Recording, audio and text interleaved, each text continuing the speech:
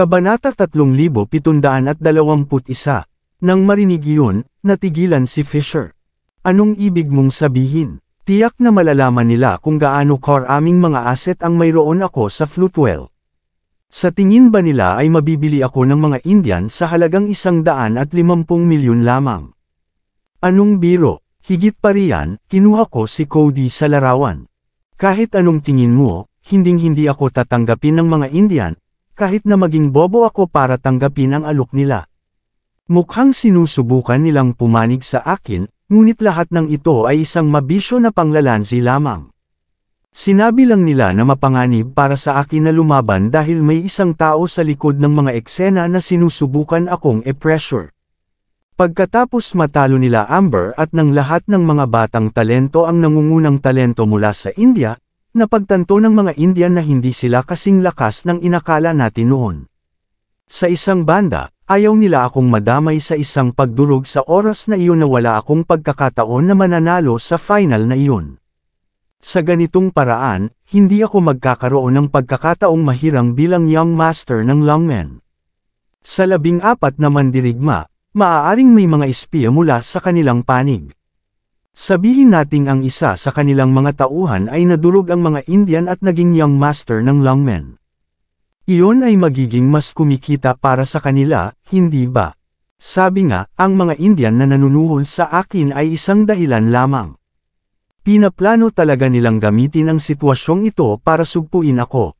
Natigilan si Fisher. Pagkatapos, nagpakawala siya ng mahabang buntong hininga. Tama ka dyan. Sa 14 na mandirigma na sumali sa laban, mayroong isang lalaki na nagngangalang Melvin Kennedy. Siya ang pamangkin ni Deputy Master. May isa pa mula sa pamilyang Osborne. Kung titingnan natin ito sa ibang paraan, hindi ito dahil wala silang tiwala sa iyo, gusto lang nilang bumangon ang sarili nilang mga tao. Kung tutuusin, ang taong may pinakamaraming kontribusyon ay magkakaroon ng pagkakataon na maging young master ng longmen at magmana ng organisasyon sa hinaharap. Dahil may posibilidad na ang mga batang talento ay hindi na magising sa natitirang bahagi ng kanilang buhay, ang mga taong iyon sa wakas ay nakahanap ng pagkakataon na umatake. Napaka makapangyarihan ng katayuan at awtoridad bilang young master ng longmen. Sa hinaharap, ang taong iyon ay mamamahala sa isa sa 4 na haligi ng bansa. Galit na galit si Fisher, na nagngangalit ang kanyang mga ngipin. Yung mga bastard, sinusubukan pa rin nilang umani ng tubo habang ang bansa ay nakikipagdigma sa mga kaaway nito. Ito ay talagang nakakadiri, pero, bakit sinusuportahan din sila ni Elder Steele? Sa mata niya, hindi mahalaga kung lasunin ko si Amber at ang iba pang mga young talents. Lahat sila ay nagkakaproblema sa akin, and that's a fact. Hanggat ang katotohanan ito ay bumabagabag pa rin sa kanya, hindi siya magsasalita para sa akin. Pero hindi ko siya masisisi para dito. Para naman sa iba. Isang mahinang ngiti ang ipinakita ni Harvey. Hindi mahalaga kung saan sila nanggaling. Ang mga bagay ay hindi kasing simple ng pakikipaglaban at pagpatay. Ang lahat ng ito ay maaaring mukhang isang digmaan sa pagitan ng mga bansa, ngunit ang tunay na labanan ay nakatago sa likod ng mga eksena. Lahat ng kasangkot ay may kanya-kanyang layunin. Pinaplano ng mga Indian na bawiin ang kanilang reputasyon habang sinisira ang sa akin. Kasabay nito, kumikilos sila sa loob ng bansa H. Pagkatapos ng pagbagsak ng 3 young masters ng pamilya Bauer, nais ng longmen na samantalahin ang pagkakataong ihiwalay ang sarili sa pamilya at bumangon mag-isa. Ang Osborne family at ang Golden Palace ay mayroon ding sariling mga plano. Safe to say, may darating pa na mas malaking palabas. Ito ay magiging isang tamang panuurin kapag nagsimula ang laban, sa loob at labas ng ring. Kaya, hindi ko ito isapuso. Sa halip, ipapaunawa ko sa kanila at papasanin ang mga kahihinatnan ng kanilang mga aksyon. Lihim na umalis si Harvey sa Floatwell Peak pagkatapos. Para sa kanya, hindi masama ang pagpapakita ni Rhea at ng iba pa sa isang napakahalagang sandali. At least, nakahanap na siya ng oras para iligtas sina Amber at ang iba pang mga batang talento. Ang Life Elixir ay isang kakaibang gamot, ngunit hindi ito maituturing na lason. Ang pinakamahusay na paraan upang mailigtas ang tatlo ay ang natural nilang paggising. Ayon sa pagsusuri ni Harvey, kahit na ibabad ng babae ang kanyang daliri sa life elixir sa buong araw, ang epekto ay magiging minimal. Ngunit dahil may oras na, natural na susubukan ni Harvey na gisingin sina Amber at ang iba pa ng mag-isa. Kaya naman, hiniling niya kay Rudolph at sa kanyang koponan na ipaubos ang kinain ng tatlong talento bago sila bigyan ng IVs. Pagkatapos ay tinusok niya ang iba't ibang bahagi ng kanilang katawan upang pasiglahin ang kanilang sigla. Lumipas ang isang buong araw. Iniwan ni Harvey ang mga batang talento, na pagod na pagod. Noon lang, tinawagan siya ni Rachel, na nasa Floatwell Peak pa. Ang tawag ay hindi mahalaga. Alam na ni Harvey ang darating. Pinili ni Rhea at Bryce ang mga manlalaban para sa kanilang susunod na tatlong laban sa mga Indian. Gayunpaman, natalo pa rin sila ni Zoe, Danny, at Ryland. Ang Lungmen ay ganap na nawala ang kanilang reputasyon muli. Ang pagbabalik na ito ay nagpalakas ng moral ng mga Indian, at ipinagmamalaki nila kung paano nila matatalo ang Lungmen at Country H minsan at para sa lahat. Binaba ni Harvey ang tawag. Pagkatapos, nakita niya ang mga komento online. Nagkagulo ang internet. Ang ilan ay naniniwala na ang Lungmen ay naglalaro ng mahabang laro upang matiyak ang kanilang panalo. Iniisip ng iba na sinusubukan lang nilang makuha ang mga manlalaban na magkaroon ng karanasan sa laban. Ang iba ay nag-isip na ang mga batang talento ay may kontrahan sa Lungmen, at humihingi sila ng malaking bilang ng mga benepisyo. Kung hindi nila ipaglalaban si Lungmen. Nagawa ng ilan na malaman ang katotohanan, na sinasabing lahat ng Lungmen ay nakipaglaban para sa kanilang sariling mga interes at umani ng kanilang sariling mga benepisyo anuman ang magulong sitwasyon sa kamay. Sa huli, walang katapusang mga komento tungkol sa sitwasyon mula sa maraming tao. Sabi nga, hindi na nahimik ang mga Lungmen o ang mga Indian sa bagay na iyon.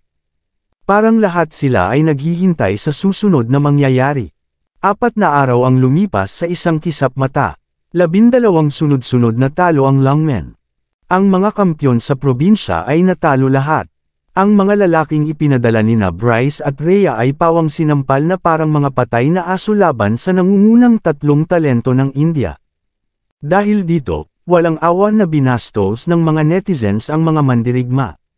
Si Bryce at ang iba ay nakaramdam ng matinding panlulumo. Sinasabing maging ang mga pansamantalang tanggapan ng Lungmen sa Floatwell lahat ay dinumog ng isang galit na mga grupo ng tao. Hindi makayanan ng mga tao na makitang napahiya ang kanilang bansa. Hinihiling nila na ang mga batang talento na gumanap sa lalong madaling panahon. Napakasama ng sitwasyon, kaya kinailangan ng mga pulis na magdala ng maraming inspektor para hawakan ang sitwasyon. Sa oras na ito, may kumalat online na hindi na kayang lumaban ang mga batang talent dahil sa pagkalason. Naging public ang footage ng pagkikita nina Harvey at Zoe. Ang mga larawan ng $150 milyong na inilipat sa bank account ni Harvey ay inihayag, kasama ang mga tuntunin ng alok ng mga Indian sa kanya. Ang ilan ay gumagawa pa ng mga timeline para ipaliwanag ang buong sitwasyon. Kaya, nang walang matibay na ebidensya, binansagan si Harvey bilang isang taksil sa kanyang bansa. Naniniwala ang lahat na siya ay isang kasuklam-suklam na tao na nakipagsabuatan sa mga Indian at ipinagbili ang kanyang mga tao para lamang sa kaluwalhatian at kayamanan. Sa loob lamang ng isang oras, bumagsak ang reputasyon ni Harvey at hindi siya naging iba sa isang daga sa kalye. Maraming tao ang nagtipon-tipon sa paligid ng Marshall Hall, na nagtatapon ng mga bulok na gulay at itlog kung saan-saan. Kung hindi lang nagpadala ng mga pulis si Ansel, nasira na sana ang buong lugar. Kahit ganun, nainsulto pa rin si Harvey. Nagbanta ang mga tao na pira-pirisuhin siya, o hiniling na umalis siya kaagad sa bansa H. Safe to say, sinisisi si Harvey sa bawat pagkatalo mula noong huling 4 na araw. Ang mga kampyon sa probinsya na dating binugbog at pinapahiya, ngayon ay binansagan na ng mga tao na tunay na bayani. Naniniwala sila na alam ng mga kampyon na sila ay ganap na walang kapangyarihan laban kay Zoe at sa iba pa. At alam na ng mga kampyon na nilalason ni Harvey ang mga batang talento. Gayunpaman, ang mga kampyon ay nakikipaglaban pa rin ng buong lakas laban sa gayong mga posibilidad. Ito ay walang humpay na tapang na gustong makita ng lahat. Nagalit ang mga tauhan ni Lane, Hayden, at Harvey, at binuksan nila ang kanilang mga laptop para lamang makipagtalo sa mga online na komento. Sa kasamaang palad, sila ay lubos na nalampasan. Ang kanilang mga pagsisikap ay walang kabuluhan. Tinawagan ni Mandy at Cynthia si Harvey upang tingnan kung ano ang nangyayari, at natural na nag-aalala sila tungkol dito. Binaliwala ni Harvey ang paksa at sinabihan silang manatiling ligtas. Si Lillian, sa kabilang banda, ay parang surot kay Harvey tungkol sa pera gaya ng dati. Hinihiling niyang itago ang pera kung kukuha si Harvey ng suhol mula sa mga Indian. Nais niyang pigilan ang mga Indian na bumalik sa kanilang salita at kunin ang pera. Dahil dito, mas naunawaan ni Harvey kung gaano talaga kawalang hiya si Lillian. Wala pala siyang bottom line. Gayunpaman, nanatili siyang kalmado kapag nahaharap sa isang magulong sitwasyon. Ang pagpapaliwanag sa sitwasyon ay hindi makakabuti sa kanya, lalo na kapag ang lahat ng online ay ginigipit siya online. Hanggat kaya niyang sirain ang mga Indian, ang kahihiyan ay natural na mawawala sa lalong madaling panahon. Noon naisip niyang tawagan si Bryce para sa isang pagkakataon laban sa mga Indian. Natahimik ang galit na masa sa labas. Maraming tao na nakauniporme ng lungmen ang biglang sumulpot. Naglabas sila ng mabangis at mayabang na aura na nakakatakot sa lahat. Sinubukan silang pigilan ng ilang pulis, ngunit lahat sila ay sinipa. Isang magandang babae ang nanguna sa mga bagong dating. Nang makita siya, tinakpan ng mga inspector ang kanilang mga bibig, ang kanilang mga ekspresyon ay kakilakilabot. Mukhang nasa 20s ang babae, at siya ay may balingkinitang katawan at mukha na kasing ganda ng isang painting. Ang kanyang mga damit ay lumipad sa hangin, at isang nakakasilaw ngunit malayong aura ang naramdaman sa kanya. Matapos makita kung gaano siya kabangis, hindi maiwasan ng masa ang pakiramdam ng pangingibabaw. Marami rin ang sumusunod sa kanya, at karamihan sa kanila ay mga babae. Lahat ay napakaganda sa kanilang sariling karapatan, at sila ay malinaw na sinanay na mga miyembro din. Ha! Hindi ba sila mula sa Lungmen War Band? Diyos ko! Ito ay dapat ang pangalawang senior, si Regan Green. Siya ang diyosa ng pinuno ng Lungmen War Band. Tumahimik ka. May death wish ka ba? Hindi mo ba alam kung ano ang kanyang ugali? Anong ginagawa niya dito? Hindi mo ba alam? Ang isa sa mga batang talento, si Philip Steele, ay talagang kanyang junior. Maganda rin ang relasyon nila. Matigas na babae si Regan. Baka nandito siya para. Ang galit na mga tao ay nagulat sa pagdating ni Regan. Nagsisimula na silang magtsismisan. Kasabay nito, labis silang nagulat. May isang tao na sa wakas ay narito upang manindigan para sa batang talento at talunin si Harvey. Pinikit ni Regan ang kanyang mga mata nang hindi umiimik. Bigla niyang sinipa ang pinto ng Marshall Hall. Dalawang magagandang babaeng disipulo ang tumabi sa kanya. Agad nilang nakita si Harvey. Ayan, Senior Green. Si Harvey York. Siya ang naglason sa ating junior at dalawa pang kabataang talento. Ang ating reputasyon ay ganap na nawasak dahil sa kanya. Kung patuloy tayong matatalo, ang Lungmen ay magiging kahihiyan sa buong bansa. Ang bastos na ito ang may kagagawa ng lahat ng ito. Ang mga estudyante ay patuloy na ininsulto si Harvey sa pamamagitan ng pagngangalit ng mga ngipin, at gustong-gusto nilang punitan si Harvey. Ang mga tao sa labas ay nagpakita ng kagalakan matapos makita ang nangyari. How dare this bastard conspired with the enemy for his own gain? Nararapat siyang hawakan ng Lungmen War Band. Ang mga inspector na namamahala sa pagpapanatili ng kaayusan ay nanunood ng may maliwanag na mga mata, at hindi sila nag-abalang pigilan ang buong kaguluhan. Nakita si Harvey na humihigop ng kanyang tsaa sa gitna ng malaking bulwagan. Ibinaba niya ang phone niya bago tumingin ng curious kay Regan. Akala niya ay darating ang superior ng Lungmen para sa kanya, ngunit ang nakatatanda ni Philip mismo ang unang nagpakita. Natagpuan ni Harvey si Regan na medyo kahanga-hanga. Nagawa niyang mapanatili ang isang malinaw na pag-iisip sa harap ng mga pampublikong kaaway ng bansa. Ang iba ay walang magagawa kundi ang pag-atake online. Natigilan si Regan nang makita niya si Harvey na mahinahong humihigop ng kanyang tsaa. Malamig niyang tinitigan siya. Kahit na ikaw ang kampyon ng probinsya, napakawalang muwang mo pa rin para magpakitang gilas sa harap ng Longmen Warband. Dahil kilala mo ang Longmen, dapat mong malaman na ang 8 Inner at Outer Hall ay higit pa sa 36 na pinuno ng sangay. Humakbang si Regan patungo kay Harvey kasama ang kanyang mga tagasunod. Marahas niyang hinugot ang kanyang espada at itinutok yun sa mesa na katabi ni Harvey. Mas mabuting bigyan mo ako ng paliwanag tungkol sa aking junior. Kung hindi mo ako bibigyan ng kasiyasang sagot, papatayin kita ngayon din. Huminga ang karamihan. Ang Longmen Warband ay karaniwang maingat. Kaya, walang nag-iisip na si Regan ay prangka. Handa niyang putulin si Harvey kung hindi siya magbibigay ng tamang paliwanag. Likas sa kanya ang magalit dahil siya ang senior ni Philip. Bukod dito, bilang miyembro ng Longmen Warband, may karapatan siyang galitin ang mga eksperto sa paligid niya. Laking gulat niya nang tuluyang hindi pinansin ni Harvey si Regan at ipinagpatuloy ang paghigop ng kanyang tsaa. Huwag kang masyadong mayabang, Harvey. Sigaw ni Regan, bakas sa mukha niya ang nakakatakot na ekspresyon. Huwag mong isipin na hindi ako maglalakas loob. Hindi man lang nagtaas ng mata si Harvey para tingnan si Regan. Nagdilim ang mukha ni Regan sa isang iglap. Bingi ka ba? O pipi ka? Malamig niyang bulalas. Sinusubukan mo bang asarin ako? Lumuhad ka at ipaliwanag ang iyong sarili. Tumili ang mga babaeng disipulo ng Longmen Warband. Hindi ka makakaalis dito nang hindi nasaktan hanggat hindi mo sinasabi sa amin kung paano mo nakuha ang aming junior sa ganitong paraan. Maraming salamat sa lahat ng sumusubaybay. Please subscribe and follow my YouTube and Facebook channel, Pilipino Novel. Maraming salamat po. Kabanata 3725. Tiningnan ni Harvey ang mga estudyante na may galit na pag-usisa sa kanilang mga junior, hindi nagbibigay ng diretsyong sagot.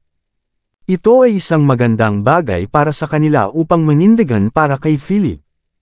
At least may pakialam sila. Gayunpaman, sapat na iyon upang ipakita kung gaano sila katanga sa pagiging napakadaling gamitin. Umasim ang ekspresyon ni Regan matapos makita ang panunuya ni Harvey. Kung ayaw mong mamatay dito, mas mabuting ipaliwanag mo ng maayos ang mga bagay-bagay. Sigaw niya pagkatapos humakbang pasulong. Kung hindi, hindi ka na magkakaroon ng pagkakataong makaalis dito ng buhay. May sasabihin ako sa'yo. Tanging ang Longmen Warband lang ang may saysay sa ngayon. Ang Hall of Darkness at ang 5 Outer Hall ay dadalhin ka lamang palabas ng walang salita. Binibigyan ka namin ng pagkakataong ipaliwanag ang iyong sarili. Naiintindihan mo ba ako? Kahit na, hindi ibig sabihin na maaari kang magpakitang gilas. Tigilan mo na ang pagpapanggap na bingi at pipi. Umamin ka na. Lumuhad ka at ipaliwanag ang iyong sarili. Kung hindi mo pa rin gagawin, huwag mo kaming sisihin sa mga sumunod na mangyari. Galit na galit si Regan. Normally speaking, igagalang siya ng iba dahil sa pagkakakilanlan niya. Naniniwala rin siya na sapat na siya para balaan si Harvey ng paulit-ulit. Gayunpaman, siya ay tahimik lang na humihigop ng kanyang tsaa sa buong oras. Di ba ganoon kasikat ang Longmen Warband? O ang mga baluktot na bastard na ito ay medyo bastos? Kalmadong ibinaba ni Harvey ang kanyang tasa. Para sa kapakanan ni Philip, binibini, hindi kita masisisi. Bayaran mo ang mesa at umalis ka na. Ikaw, galit na natawa si Regan sa kalmadong hitsura ni Harvey. Hindi lamang ipinaliwanag ni Harvey ang sitwasyon, ngunit nakuha pa niya si Regan upang pabayaran ang mesa. Galit na hinampas ni Regan ang kanyang mga kamay sa mesa at binunot ang kanyang espada. Hinawakan niya ng mahigpit ang hilt, at planong putulin muna ang braso ni Harvey. Hindi mo ito magagawa, Senior Green. Hindi mo basta-basta mapuputol ang braso ng isang tao nang hindi mo alam ang sitwasyon. Isang babaeng estudyante ang mabilis na hamarang kay Regan. Tama, Dapat kang maghintay man lang hanggang sa malaman mo ang lahat bago mo gawin ang isang bagay na tulad nito. Malaking sospek ang lalaking ito, ngunit hindi tayo dapat maging pabaya. Tayo ay kabilang sa mga longmen. Dapat natin siyang bigyan ng pagkakataon na ipaliwanag ang kanyang sarili. Lumuhod ka dali. May death wish ka ba? Sabay-sabay na sigaw ng ibang mga estudyante. Galit na galit si Senior Green ngayon. Hindi namin ito mapipigilan kung magpapatuloy ito. Lumuhod ka at magsimulang magsalita. Si Senior Green ay magsisimulang magtambak ng mga bangkay kung hindi mo gagawin. Ang mga estudyante ay masyadong gumagalang kahit na sinisigawan nila si Harvey, ngunit hinihiling pa rin nila na lumuhod siya at ipaliwanag ang sitwasyon.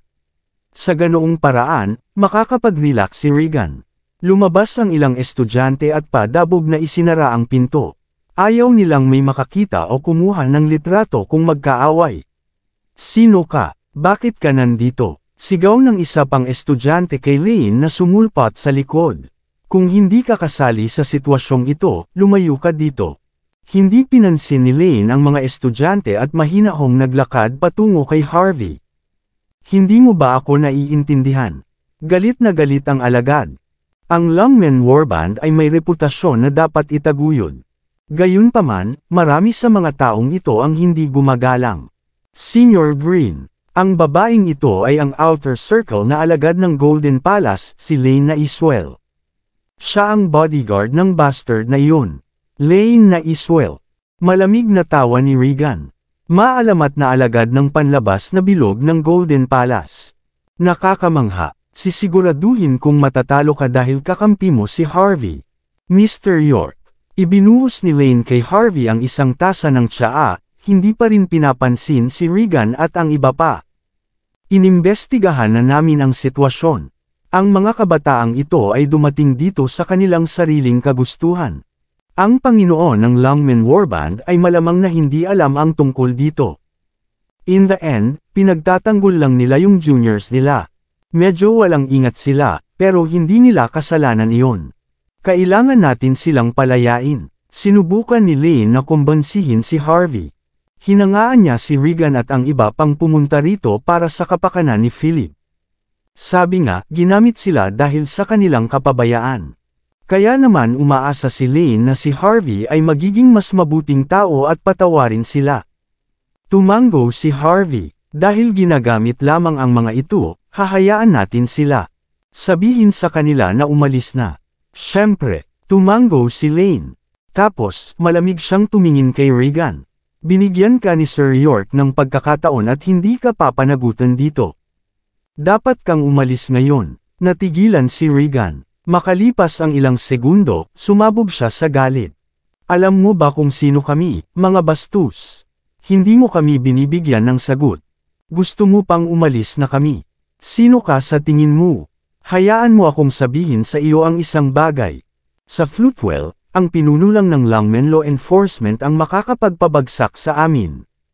Ikaw ay wala. Kung hindi mo ako bibigyan ng paliwanag ngayon, gagawin ko. Bago pa matapos ni Regan ang kanyang pangungusap, casual na binaliktad ni Harvey ang tambak na mga papel sa mesa bago itinapon ang gintong badge.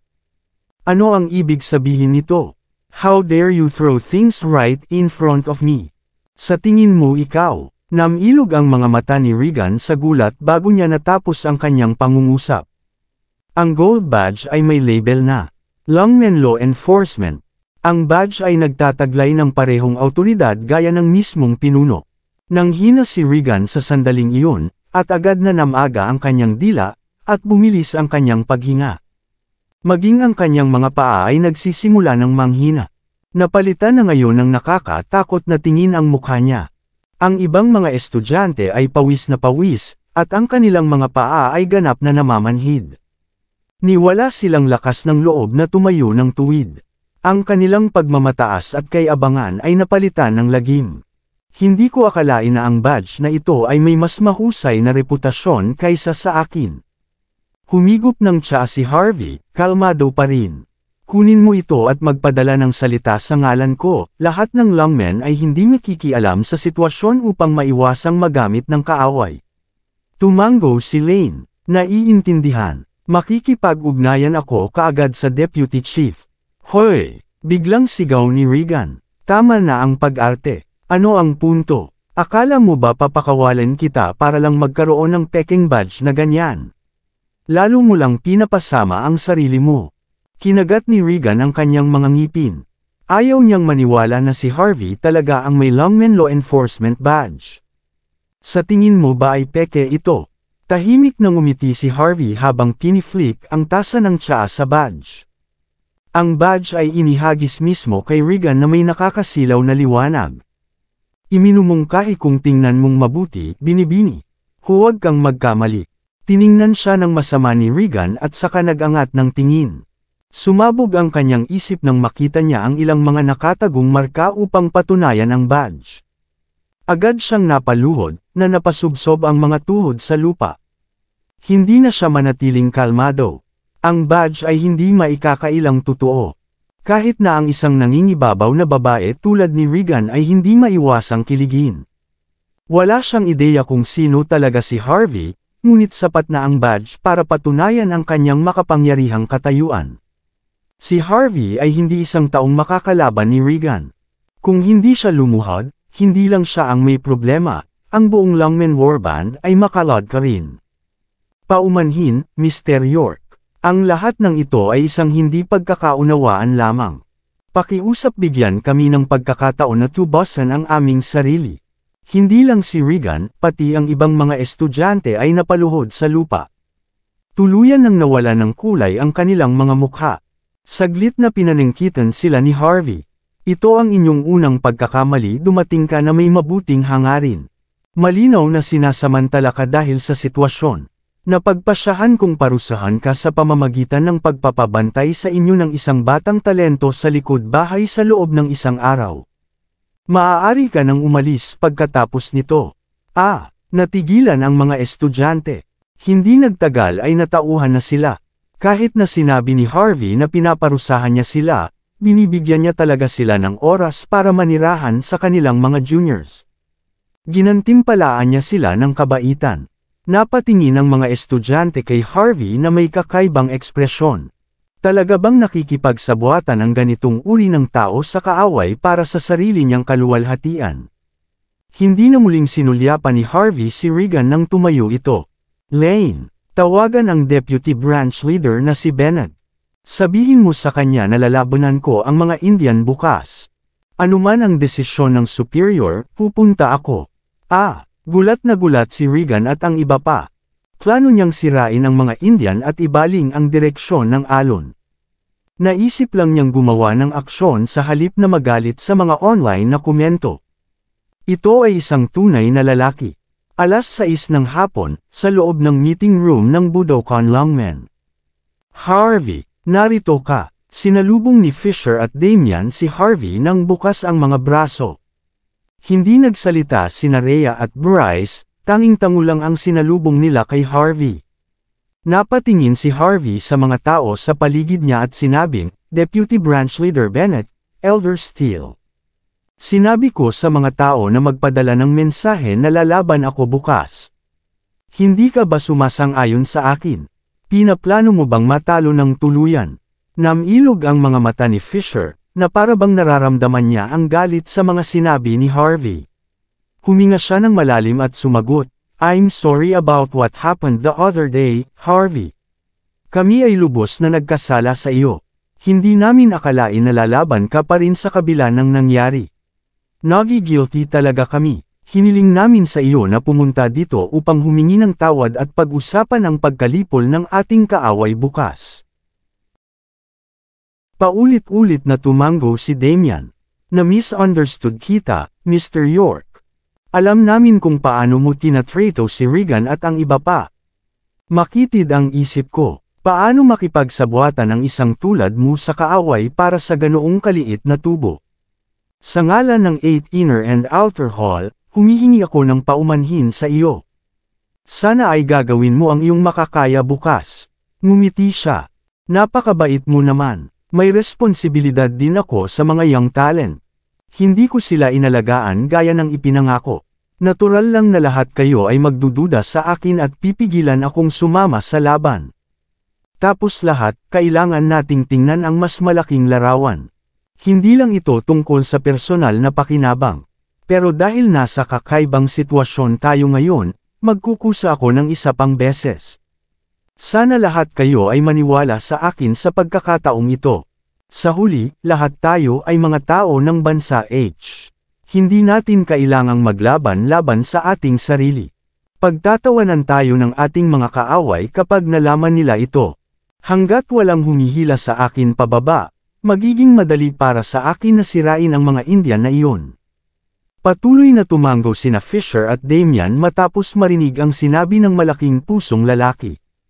Ang malawak na pag-iisip ni Harvey ay hindi maaaring magkaroon ng isang ordinaryong tao. Karaniwan, kahit na ang mga nangungunang talento ay magkakaroon ng kanilang sariling pagmamataas na hahanapin. Sino pa ba ang handang tumulong kung sila ay magdadalawang isip at mag-uusig sa ganitong lawak? At dahil sumasali pa rin sa laban si Harvey pagkatapos ng lahat ng kaguluhang iyon, sapat na ito upang patunayan na walang kapantay ang kanyang pagmamahal sa bayan. Nagkatinginan sina Fisher at Damian. Pakiusap gawin. Walang hahatek sa iyo pababa. Nasa iyo ang aming salita. Maghintay ka. Biglang ibinaba ni Rhea na kanina pa nakaupo sa upuan niya ang teacup niya. Inayos niya ang kanyang likod at tinitigan si Harvey ng may singkit na mga mata. Bilang kinatawa ng Hilagang Kanlurang Martial Arts Alliance, iniisip ko pa rin na hindi maaaring payagan si Harvey na sumali sa laban. Tumingin sa kanya si Damian na may malamig na ekspresyon. Alam kong may pambihirang katayuan ka, Representative Osborne. Gayunpaman, ito ay digmaan. 12 sunod-sunod na laro ang natalo sa atin. Higit pa rito, ang mga batang talento ay walang magagawa ngayon. 3 laro na lang tayo. Kung hindi lalaban si Harvey, tapos na tayo pagkatapos ng 2 pang talo. Bakit mo pa rin sinusubukang gumawa ng gulo? Gusto mo ba talagang matalo ang Longmen at Country H laban sa mga Indian? Malamig nang inisian siya ni Fisher. Kung hindi dahil sa iyo na humarang, hindi sana tayo mapag-alitan ng mga netizens noong una. Talunin natin sila at sisimulan na natin ang ating pagdiriwang. Bakit mo pa kami ginag-ago hanggang ngayon? Ano ang ibig sabihin nito? Bilang kinatawan, responsable ako sa pagsubaybay sa lahat ng mga martial arts troops, sabi ni Rhea habang dinampot muli ang kanyang tasa. Ano sa tingin mo ang ginagawa ko ngayon? Nag-iingat lang ako. Dahil mayroon tayong 3 laban na natitira kaya hindi natin hahayaang lumaban ang isang kahinahinalang lalaki. Paano kung aminin niya ang pagkatalo sa sandaling makapasok siya sa ring? Mas gugustuhin kung makita ang ating mga tao na binugbog kaysa makita iyon. At least malalaman ng mga tao na sinubukan natin. Higit pa rito, lahat sa internet ay tahasang kinokondena si Harvey ngayon. Mahuhuli tayo kung hahayaan natin siyang lumaban. Matalim silang tinignan ni Rhea. Sa puntong ito, hindi mahalaga kung manalo tayo sa laban o hindi. Ngunit kung binansagan tayong mga traidor sa bansa pagkatapos na ipasok si Harvey sa ring, tapos na tayo. Dapat mas alam niyo pa kaysa sa akin kung ano ang mangyayari pagkatapos nito. Nagdilim ang mga mukha ni Fisher at Damian sa isang iglap. Sa wakas ay nagsalita si Bryce, na kanina pa nanatiling tahimik. Tama iyan. Mukhang matatalo na tayo, pero may pag-asa pa rin tayo. Ang sabi, hiniling ni Harvey na sumali sa laban kahit na siya ay isang malaking sospek. Sa madaling salita, wala akong tiwala sa kanya. Mas gusto kong matalo ang natitirang 2 kampyon, sa halip na hayaan siyang lumaban. Sigurado akong hindi niya babalikan ang mga bagay-bagay, at tiyak na ipahiya din niya tayong lahat. Pipiliin kong hayaan si Longmen na matalo kaysa ipakita siya. Pinikit ni Harvey ang kanyang mga mata, at sinamaan niya ng tingin ang matigas na ulo na sina Bryce at Rhea. Upang maprotektahan ang kanilang sariling reputasyon. Upang maiwasan ang mga tagalabas mula sa pagbaluktot ng takbo ng labanan.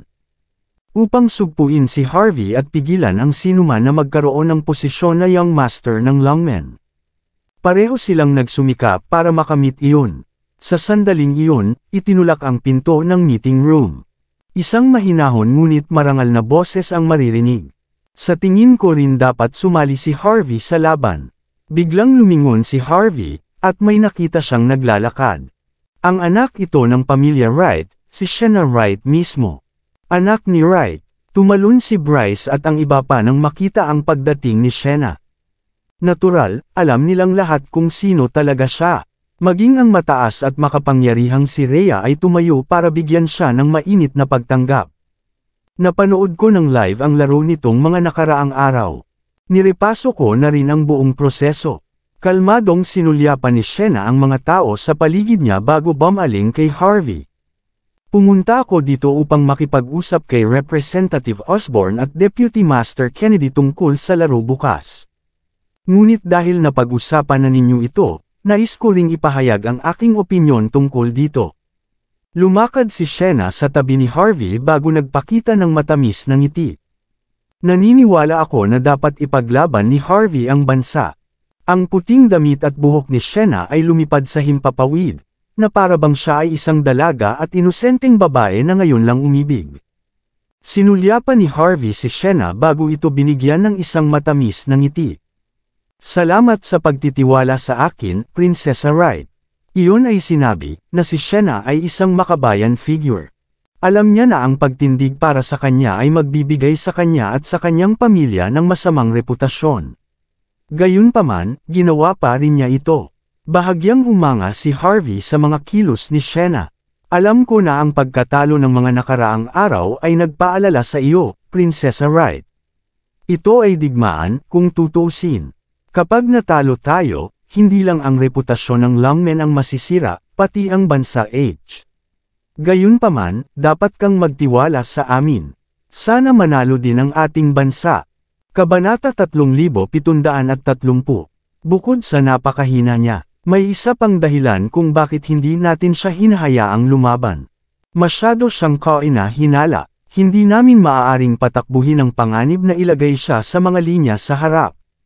Kung siya ay magkamali, ang bawat isa sa atin ay hihilahin pababa kasama niya. Kayo ang nagmamay-ari, Prinsesa Wright. Mapait na bulalas ni Rhea. Kasabay nito, may ibang kahulugan sa kanyang mga salita, at tumingin siya ng walang magawa, na parang walang mananagot sa sitwasyon kung may nangyaring mali. Ngumiti si Shena at winigayway ang kanyang kamay, senyales sa kanyang nasasakupan na isara ang pinto. Sumulyap siya kay Rhea, dahil lahat tayo ay matatalinong tao dito, lilinuin ko ang mga bagay-bagay. May kailangan muna akong kumpirmahin. Hindi mo pinipigilan si Harvey dahil sa kalaban niya ang pamilya mo, di ba?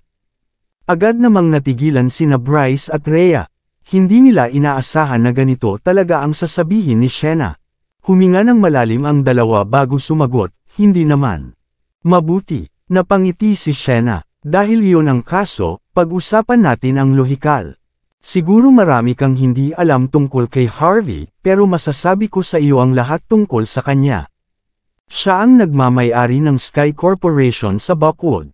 Siya ang may-ari ng Kaizen Group sa Mordo. Siya ang nagmamay-ari ng Mordo Casino Palace sa Hong Kong at Las Vegas. Mayroon din siyang Axe Gang at Marshall Hall dito sa Floatwell.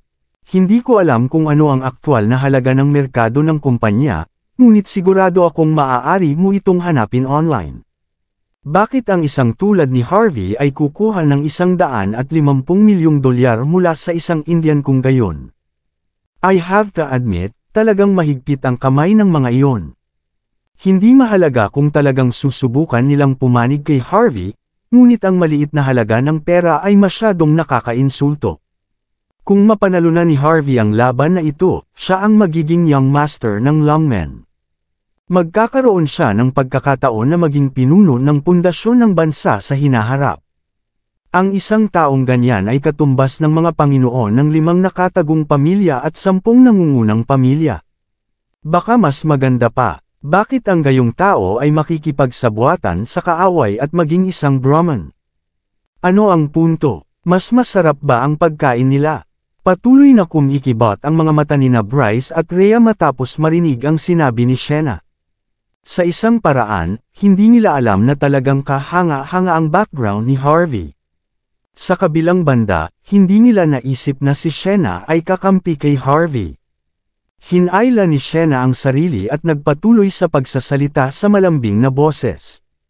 Ang mga paratang tungkol sa pakikipagrelasyon niya kay Zoe ay walang iba kundi paninirang puri. Gaano man niya kagustong gawin ang isang bagay, hindi siya pipili ng masamang oras para gawin ito, hindi ba? Sinabi mo na siya ang lamason sa batang talento. Walang kabuluhan. Ang kailangan lang gawin ni Harvey para makuha ang lahat ng kredito ay pangunahan ang tatlong ito sa tagumpay. Ang kanyang katayuan at pagkakakilanlan ay tataas ng walang pag-aalinlangan. Sa tingin mo ba nilason niya talaga sila at sinira ang kanilang kinabukasan? If we judge based on public opinion, siguradong hindi ka hinahinala si Harvey. Hindi na natin kailangang pag-usapan ito. Nagkatinginan sina Fisher at Damian at bumulalas, tama. Isang matamis na ngiti ang ibinigay ni Harvey. Salamat sa pagtitiwala sa akin, Prinsesa Wright. Matapos marinig ang mga salitang iyon, masakit na ibinuka ni Bryce ang kanyang bibig para sa mahinang sagot.